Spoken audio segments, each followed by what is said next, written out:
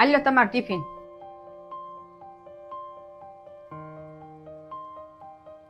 આ વખતે બહુ ખર્ચો થઈ ગયો ને?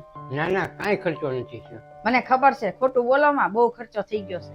હા, ખર્ચો તો થઈ ગયો છે. મેં તમને કીધું તું ને કે આપણી છોકરીને હાદરાથી જન્મદિવસ ઉજવી નાખી, પણ તમે બધાને પરિવારને બધાને બોલાવ્યા. વર્ષમાં એક જ વાર જન્મદિવસ આવે છે, તો આપણે દર વખતે ધામધૂમથી ઉજવીએ છીએ. તો આ વખતે કેમ ન ધામધૂમથી ઉજવીએ? દર વર્ષે આપણે આખા પરિવારને આપણે બોલાવીએ છીએ, તો આ વખતે કેમ ન બોલાવીએ? આ વખતે બોલાવવા જ પડે ને. પણ તમારે એટલો બધો ખર્ચો કરવાની શું જરૂર હતી? દર વખતે આપણે 500 રૂપિયાનું કેક નાનું લાવી છીએ, ને આ વખતે તમે 1000 રૂપિયાનું કેક લાવ્યા, કેટલી બધી વસ્તુ જમવા માટે લાવ્યા, નાસ્તા, પછી છેલ્લે જાતા તે સોડા, આઈસ્ક્રીમ બધું તમે બધાને ખવડાવ્યું. કેટલું તો જમવાનું વધ્યું. વર્ષમાં એ લોકો એક જ વાર આપણા ઘરે આવે છે, બાકી તો એ લોકો કોઈ આવતો નથી. ને એ લોકો કેટલા બધા ખુશ થયા, ને આપણી છોકરી ત્યાં જોયું ને કેટલી બધી ખુશ થતી હતી. તમારે છે ને બધાને રાજી કરવા માટે તમારે ખર્ચા બહુ વધી જાય છે. દર મહિને કાંઈ વાહે વધતું જ નથી. તું કાંઈ ટેન્શન ન લે, હું બધું એડજસ્ટ કરી લઉં. હું તમને એમ કહેતી હતી, પહેલા હું ગાજ બટનનું ઘરે બેઠા કરતી હતી ને, એ પાછું શરૂ કરી દો એટલે તમને મદદ રહે અને થોડા ઘણા પૈસા આવે ઘરમાં, જેથી કરીને તમારી પાસે તે દર મહિને થોડાક પૈસા રહે. અત્યારે કાંઈ વધતું નથી વાહે. ના ના, એ તારે કાંઈ કામ કરવાની જરૂર નથી, એ બધું હું સંભાળું.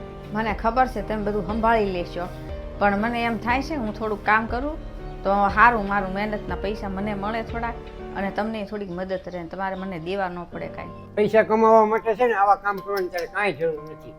નોકરી કરતા હોય ને એની કરતા તું ઘરનું કામ વધારે કામ કરે છે.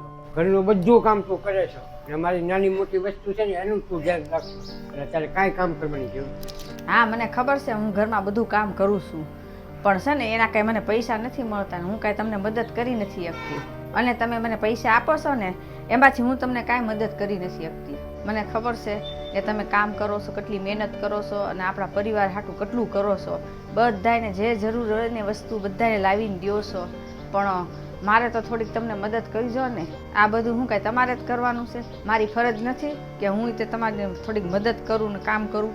મારો એટલો હક નથી કે તમને મુશ્કેલી પડે તો હું તમને સાથ દઉં? તમને ખબર નથી મારી બાઈ લગ્ન વખતે હું કીધું હતું કે પત્ની ને પતિનું છે ને જીવન એવું છે કે બે સાયકલના પૈડા જેવું હોય છે, કે એક સાયકલનું પૈડું નબળું પડી જાય ને તો બીજું પૈડું છે ને એને સાથ આપે છે, અને આવી રીતના છે ને સાયકલ હાલવા મળે છે.